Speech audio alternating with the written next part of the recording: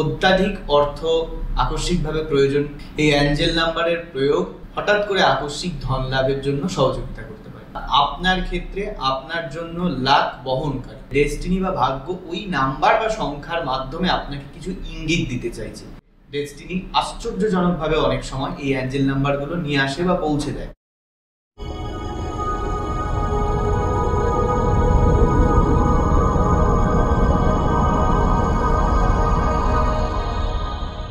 জীবনে কখনো কখনো অধিক বা হঠাৎ অর্থ প্রয়োজন হয়।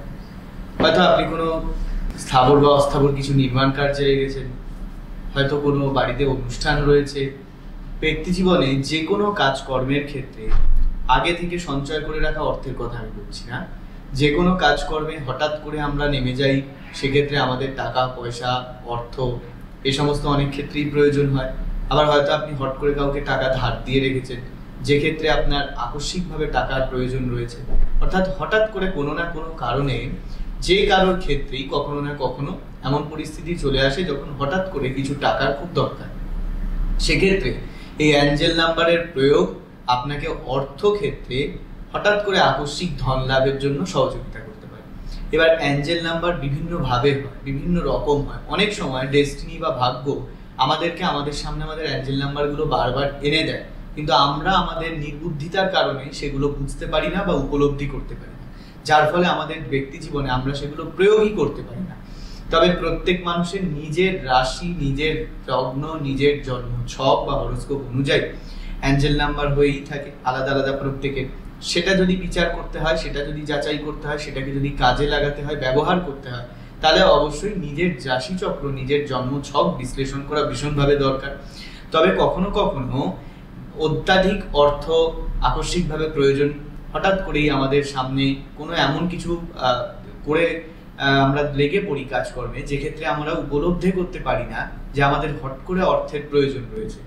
আবার আমি যেমনটা বললাম, চলার পথে ডেস্টিনি অনেক সময় অনেক জায়গায় এই অ্যাঞ্জেল নাম্বারগুলো আমাদের দেখিয়ে দেয়। যেমন কোনো গাড়ির নাম্বারে আমরা সেটা দেখতে পারি, হট করে কোনো খবরের কাগজের পাতায় দেখতে পারি, কোনো বইয়ের পাতায় দেখতে পারি, মোবাইল ফোনের যে কোনো কিছুর মধ্যে দেখতে পারি। যে কোনো কিছুর মধ্যে এটা হচ্ছে একটা সংখ্যা, এটা হলো একটা নাম্বার।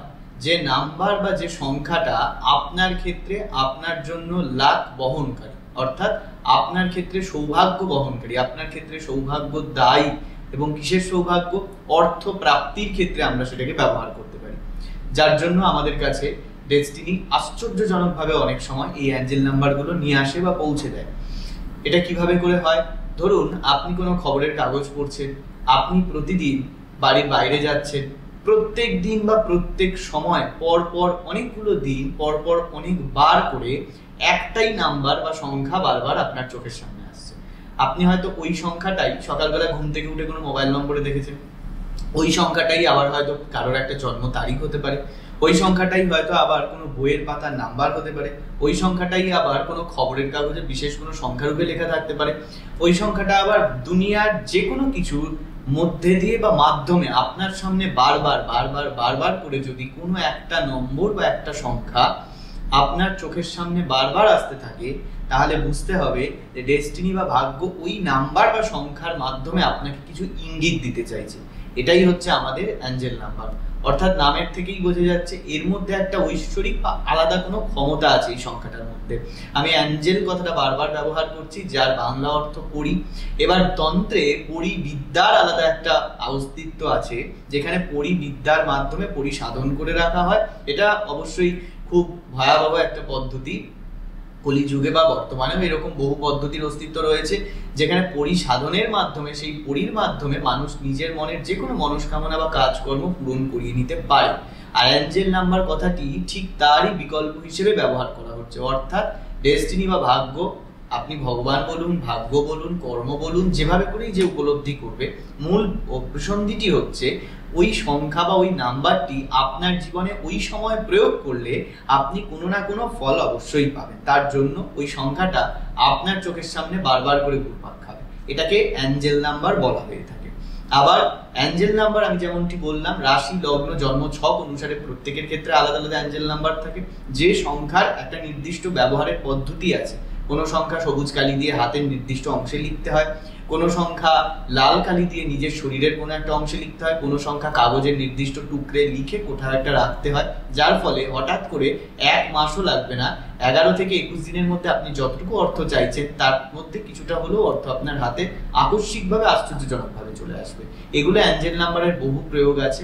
তবে সংখ্যা আমি যদি 1 থেকে 9 এর মধ্যে ভাগ করি, যদি নিউমেরোলজি হিসেবে অর্থাৎ সংখ্যা তত্ত্বের হিসেবে যদি আমি দেখি, 1 যে অ্যাঞ্জেল নাম্বার সেটার অর্থ কি, যদি আপনাকে নতুন কিছু শুরু করতে হবে, মানে আমি যে বললাম আপনি যে কোনো জায়গায় এই সংখ্যাটা বারবার দেখতে পারেন এবং যে সংখ্যাটাকে আপনাকে দেখাচ্ছে আপনার ভাগ্য, আপনার লাক, কিছু একটা অর্থ আপনার সামনে, ইঙ্গিত আপনার সামনে দেওয়ার জন্য, তাহলে সেই সংখ্যাটি যদি 1 হয় অ্যাঞ্জেল নাম্বার, কি বোঝাতে চাইছে, আপনার নতুন কিছু জীবনে শুরু করা, নিউ স্টার্টআপের একটা সময় আসছে, যখন নতুন কিছু শুরু করতে হবে, বিরাট কিছু একটা জীবনে পরিবর্তন করা যেতে পারে।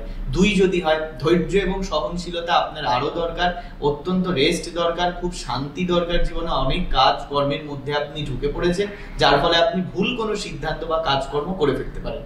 3 নাম্বার যদি থাকে, আরো অনেক বেশি আপনার অভিজ্ঞতা অর্জন করা দরকার, যে কাজ আপনি করছেন তাতে আরো বেশি করে আপনাকে প্র্যাকটিস করতে হবে, কারোর পরামর্শ নিতে হবে। 4 যদি হয়ে থাকে, কোথাও আপনার কিছু ভুল হচ্ছে জীবনে, যে কাজগুলোকে সংশোধনের মধ্যে দিয়ে এবং একটা নিয়মানুবর্তিতার মধ্যে দিয়ে আপনার চলা উচিত।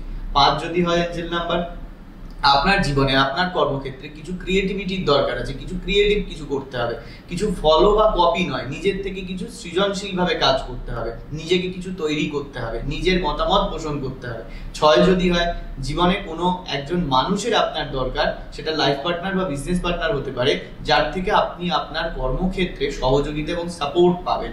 7 যদি হয় সেই সংখ্যা, তাহলে শত্রুরা আপনার পেছনে বারবার আপনাকে পরাস্ত করার জন্য তারা কাজকর্ম চালিয়ে যাচ্ছে, সেক্ষেত্রে শত্রুর হাত থেকে নিস্তার বা পরিত্রাণের দরকার।